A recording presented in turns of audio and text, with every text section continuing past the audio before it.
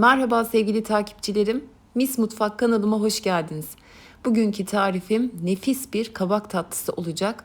Tam kıvamında, dağılmadan lokum gibi yumuşacık pişireceksiniz ve fırınınız da asla kirlenmeyecek. Sizlere bu güzel yöntemin detaylarını birazdan paylaşacağım. Şimdi tarifimin yapımına geçiyorum. Güzel bir tatlı yapabilmek için kullandığınız kabağın cinsi çok önemli. Bu sebepten sizlere kestane kabağını tavsiye ediyorum. Kestane kabağı bal kabağına göre daha koyu renkli, tok bir yapıda, kabukları sert ama daha dayanıklıdır. Çorbalık kabaklar daha açık renkli ve yumuşak kabukludur. Daha lifli olduğu için piştiğinde de iplik iplik yani tel tel ayrılır. O yüzden tatlı yapmak için hiç uygun değildir. Kabağınızı satın alırken bunlara dikkat edin. Toplamda 1,5 kilo kabak kullandım. Kabuklarını yeşil kısımlarına çok fazla zarar vermeden temizledim ve 3 parmak kalınlığında gördüğünüz şekilde doğruyorum. Evet, kabaklarım hazır. Kabakları pişirirken bir fırın poşeti kullanacağız. Böylelikle fırınımız da kesinlikle kirlenmeyecek. Doğramış olduğum kabakları poşet içerisine üst üste değil yan yana dizerek yerleştiriyorum. Böylelikle kabaklar eşit bir şekilde dağılmadan bütünlüğünü koruyarak pişmiş olacak. Verdiğim ölçü bir fırın poşetine tam olarak denk geliyor. Kabakların üzerine 200 mililitrelik klasik su bardağı ile 2 su bardağı toz şeker döküyorum.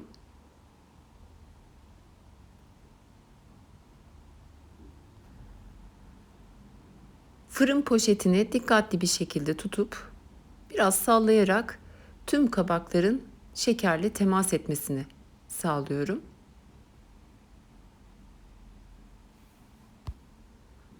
Kabakları şekerledikten sonra poşetin ağzını sıkıca kapatıyorum. Lütfen buna dikkat edin. Pişme esnasında herhangi bir sızıntı oluşmasın. Ortalama 2-3 saat kadar kabaklar suyunu verene dek bekleteceğim.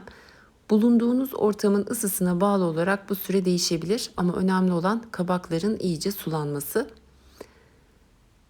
Gördüğünüz gibi neredeyse şeker tamamıyla erimiş sayılır.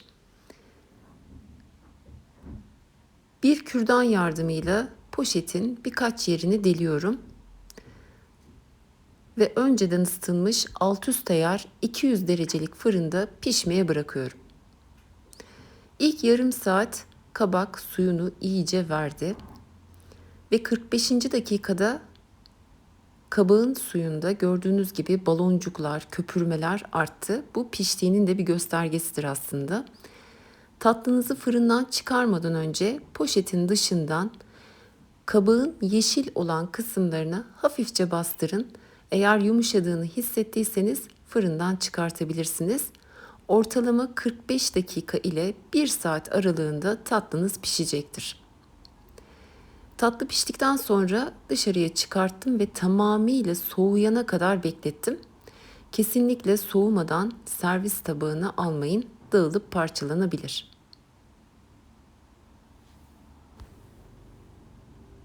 Kabaklar iyice soğuduktan sonra servis tabağına alıyorum.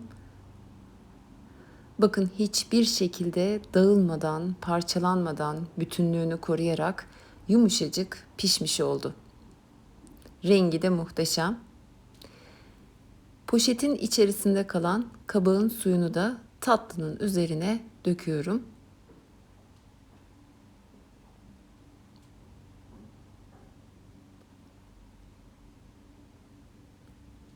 Tabii ki kabak tatlısı cevizsiz olmaz. İster bütün halde, ister öğütülmüş olarak tatlınızı serpebilirsiniz.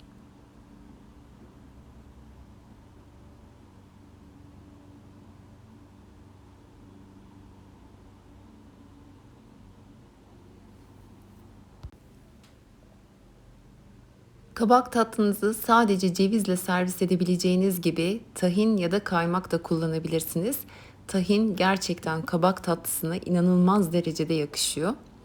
Tahini ekledikten sonra birazcık da öğütülmüş ceviz serpiştiriyorum.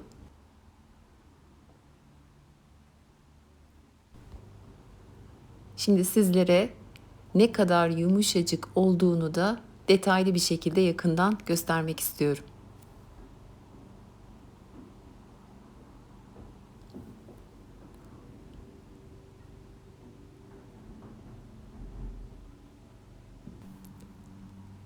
Tek kelimeyle lokum gibi pişti. Bu kadar yumuşak olmasına rağmen hiçbir şekilde dağılıp parçalanma söz konusu bile değil, gördüğünüz gibi. Kabak tatlısı yapımı çok kolay olmasına rağmen dikkat etmezseniz kıvamını tutturmakta zorlanabilirsiniz. Ama inanıyorum ki bu tariften itibaren sizler de çok rahatlıkla yapabileceksiniz. İnşallah videomu ve tarifimi beğenmişsinizdir. Deneyen olursa da mutlaka yorumlarını bana yazsın. Çok mutlu olurum. Kanalımda buna benzer birçok tatlı, hamur işi, pasta ve kurabiye tarifleri bulabilir. Onlardan da faydalanabilirsiniz. Hepsinin bağlantı linkini videoma ekledim. Yeni videolarımdan ve tariflerimden haberdar olabilmek için kanalıma ücretsiz abone olup bildirim zilini açık tutabilirsiniz. İnşallah daha güzel ve farklı tariflerle tekrar görüşebilmek dileğiyle sağlıcakla kalın.